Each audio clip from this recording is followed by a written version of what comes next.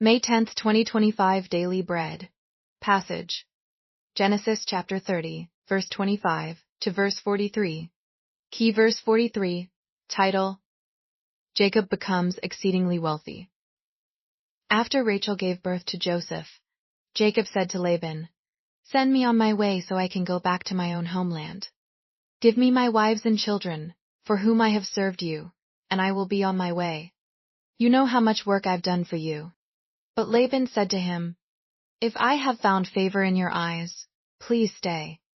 I have learned by divination that the Lord has blessed me because of you." He added, "Name your wages, and I will pay them." Jacob said to him, "You know how I have worked for you, and how your livestock has fared under my care. The little you had before I came has increased greatly, and the Lord has blessed you wherever I have been. But now, when may I do something for my own household?" "What shall I give you?" he asked. "Don't give me anything," Jacob replied. "But if you will do this one thing for me, I will go on tending your flocks and watching over them. Let me go through all your flocks today, and remove from them every speckled or spotted sheep, every dark-colored lamb, and every spotted or speckled goat.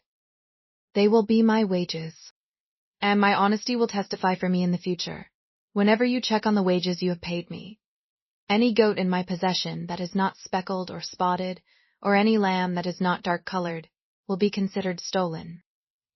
"Agreed," said Laban. "Let it be as you have said."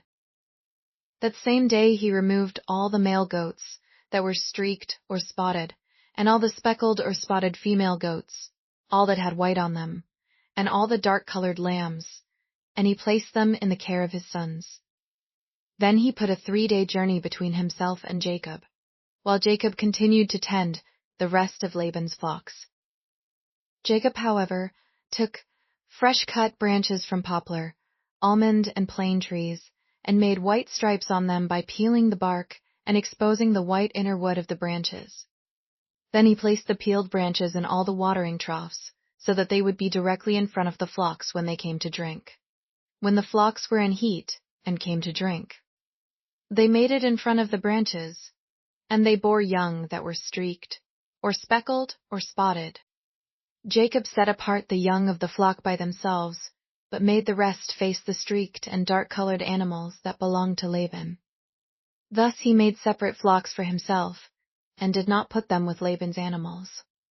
Whenever the stronger females were in heat, Jacob would place the branches in the troughs in front of the animals, so they would mate near the branches.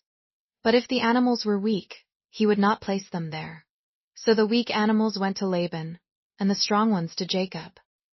In this way, the man grew exceedingly prosperous, and came to own large flocks, and female and male servants, and camels and donkeys.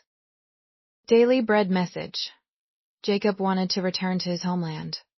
As a servant laborer, he had to be granted that freedom, especially regarding his wife and children going with him. But Laban, seeing how his family was blessed through Jacob, wants to keep him and offers him wages. Jacob doesn't want gifts from Laban that will keep him in Harran. Instead, he suggests his portion be the speckled and spotted sheep among the flock he is currently shepherding. Laban agrees, but then tries to undermine the deal by giving the speckled and spotted ones to his own sons. Laban seems to have outwitted Jacob again. Jacob was in a hard spot, but he did not give up. Like his father Isaac planting crops in a famine, and digging wells in enemy territory, Jacob tried a folklore remedy to convince the flocks to produce speckled and spotted offspring. His ridiculous scheme was not only successful, but left Laban with weak animals, while Jacob became exceedingly prosperous, like his father and grandfather before him. Later he would realize this was God's care for him. Prayer. Father, sometimes I feel trapped and don't know what to do. Help me remember you are with me, not give up, and work by faith, not by sight. One word: true wealth comes from God.